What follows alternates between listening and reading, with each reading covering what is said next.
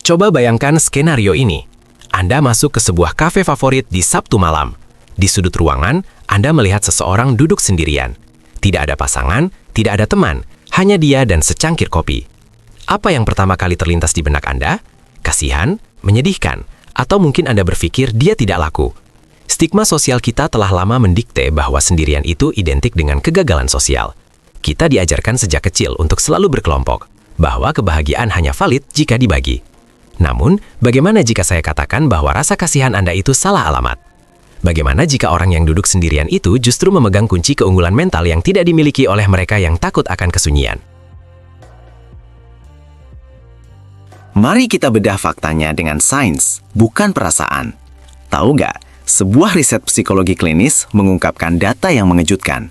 Orang-orang yang nyaman dengan kesendirian, atau yang kita sebut dengan solitude, ternyata memiliki profil biologis yang lebih sehat dibandingkan mereka yang memaksakan diri berada dalam hubungan yang tidak memuaskan.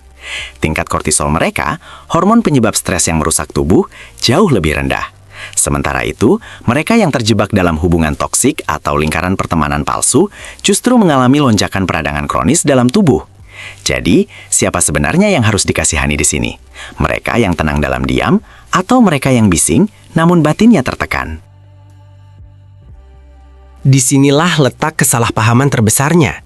Kita sering mencampur adukan dua istilah yang sebenarnya bertolak belakang, loneliness atau kesepian, dan solitude atau kesendirian produktif.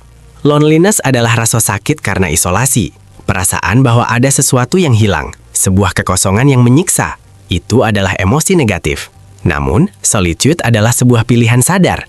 Ini adalah keadaan di mana Anda merasa utuh tanpa kehadiran orang lain. Solitude adalah kemewahan.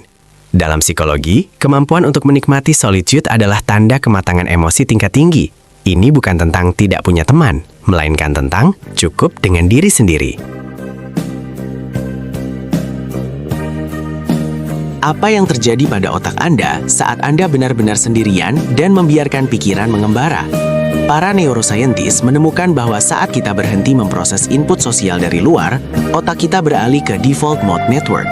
Ini adalah sirkuit otak super canggih yang bertanggung jawab atas penggabungan memori, pemrosesan emosi, dan yang paling penting, perencanaan masa depan. Saat Anda sibuk bersosialisasi, sirkuit ini seringkali mati. Artinya, hanya dalam kesendirianlah otak Anda benar-benar punya waktu untuk membereskan file-file mental, merenungkan makna hidup, dan menyusun strategi jangka panjang. Tanpa solitude, otak Anda hanya bereaksi, bukan berkreasi. Sejarah mencatat pola yang konsisten. Ide-ide terbesar umat manusia lahir dalam keheningan. Bukan di tengah pesta, bukan di tengah lapat yang bising. Nikola Tesla, Isaac Newton, hingga penulis-penulis besar, mereka semua adalah praktisi solitude yang taat. Riset menunjukkan adanya korelasi langsung antara toleransi terhadap kesendirian dengan tingkat kreativitas. Mengapa? Karena saat sendiri, Anda bebas dari tekanan konformitas sosial. Anda tidak perlu mengangguk setuju pada pendapat orang lain. Pikiran Anda bebas menari ke arah yang liar dan orisinil. Jomblo atau orang yang sering sendiri punya privilege waktu dan ruang mental ini. Aset yang seringkali hilang saat seseorang terikat komitmen hubungan yang menyita waktu. Keuntungan psikologis berikutnya adalah regulasi emosi yang superior. Orang yang terbiasa sendiri terpaksa harus menghadapi setan-setan dalam pikirannya tanpa pelarian. Mereka belajar berdialog dengan kecemasan mereka sendiri, bukan lari ke pelukan orang lain hanya untuk penenang sesaat. Hasilnya, ketangguhan mental. Mereka tidak mudah hancur saat dikritik dan tidak terbang saat dipuji, karena validasi utama mereka datang dari dalam, bukan dari pasangan. Ini adalah bentuk kemandirian emosional yang sangat langka di zaman sekarang, di mana kebanyakan orang panik jika tidak mendapatkan notifikasi atau like dalam 5 menit. Kita sering mendengar istilah introvert dan extrovert, tapi ini melampaui label itu. Ini tentang efisiensi energi. Interaksi sosial, sekecil apapun, memakan daya kognitif. Membaca ekspresi wajah, memilih kata-kata, menahan ego, semua itu melelahkan.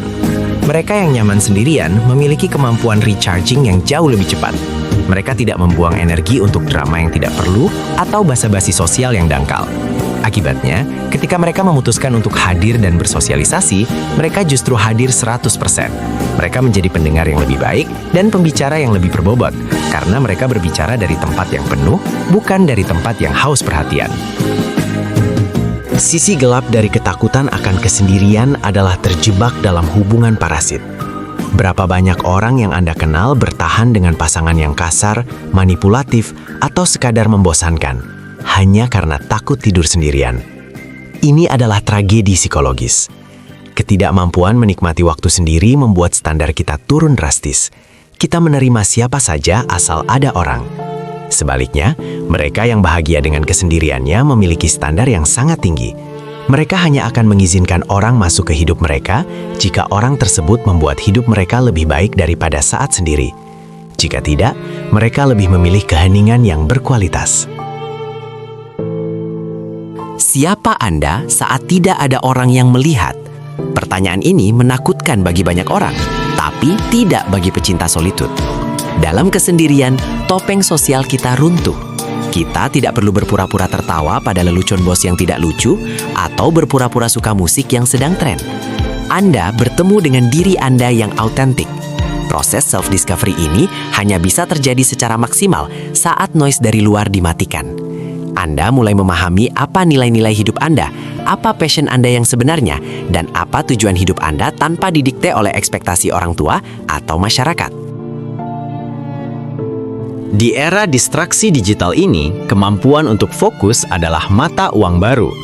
Cal Newport menyebutnya sebagai deep work. Dan tebak siapa yang paling menguasai skill ini? Mereka yang tidak takut sendirian. Otak mereka terlatih untuk masuk ke dalam zona flow, sebuah kondisi mental di mana seseorang begitu larut dalam aktivitasnya hingga waktu terasa hilang. Dalam kondisi flow inilah, performa manusia mencapai puncaknya.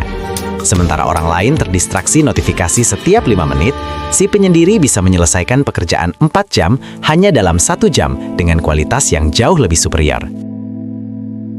Lalu, bagaimana jika Anda ingin mulai melatih otot solitud ini? Anda tidak perlu menjadi pertapa di gunung. Mulailah dengan langkah kecil, intentional disconnection. Cobalah matikan ponsel Anda selama 1 jam setiap hari. Bukan di silent, tapi dimatikan atau dijauhkan. Gunakan 1 jam itu bukan untuk tidur, tapi untuk melakukan aktivitas analog, membaca buku fisik, menulis jurnal, atau sekedar duduk diam mengamati lingkungan. Awalnya akan terasa aneh, bahkan cemas. Itu wajar, itu adalah gejala putus zat dari dopamin instan. Bertahanlah dan rasakan ketenangan yang perlahan muncul setelah kegelisahan itu mereda. Tingkatkan levelnya dengan melakukan solo date. Pergilah ke bioskop, museum, atau restoran favorit sendirian. Perhatikan sensasinya. Saat Anda makan sendiri, Anda benar-benar merasakan tekstur dan rasa makanannya. Saat Anda di museum sendiri, Anda meresapi seninya, bukan sibuk mencari spot foto untuk Instagram Story. Ini melatih kepercayaan diri Anda di ruang publik. Anda mengirim sinyal ke alam bawah sadar Anda bahwa saya cukup. Kehadiran saya sendiri sudah cukup untuk membuat momen ini menyenangkan. Ini adalah latihan mental yang sangat powerful.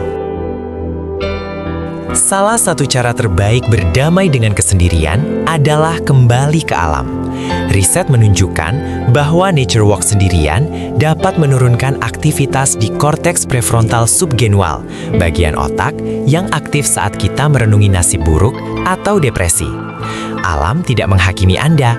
Pohon tidak peduli status hubungan Anda. Gunung tidak bertanya kapan Anda menikah. Di alam, Anda menyadari bahwa Anda adalah bagian dari sesuatu yang lebih besar. Rasa kesepian perlahan berubah menjadi rasa koneksi yang mendalam dengan semesta. Ini adalah terapi gratis yang disediakan bumi untuk jiwa-jiwa yang lelah. Sudah saatnya kita mengubah narasi. Berhenti menggunakan kata jomblo dengan nada mengejek. Mulailah melihat status sendiri sebagai periode emas inkubasi diri. Ini adalah waktu di mana Anda membangun fondasi karir, kesehatan, dan mental yang tidak akan goyah oleh siapapun. Ingat, kupu-kupu harus sendirian di dalam kepompong sebelum dia bisa memiliki sayap yang indah. Jika kepompong itu dibuka paksa sebelum waktunya, dia mati. Begitu juga dengan manusia. Masa-masa sendirian Anda adalah masa kepompong Anda. Jangan buru-buru keluar hanya karena takut gelap. Jadi, untuk Anda yang saat ini sedang sendirian, berhentilah merasa kecil. Berhentilah mencari validasi dari hubungan yang setengah hati. Gunakan waktu ini. Investasikan energi itu kembali ke diri Anda. Baca buku itu. Mulai bisnis itu, pergi ke tempat itu. Jadikan otak Anda tajam, emosi Anda stabil, dan jiwa Anda penuh. Karena pada akhirnya, hubungan terbaik yang pernah Anda miliki adalah hubungan dengan diri Anda sendiri. Jika Anda bisa bahagia saat sendiri, Anda tidak terkalahkan. Terima kasih sudah mendengarkan. Sampai jumpa di episode berikutnya. Tetap tangguh, tetap bertumbuh.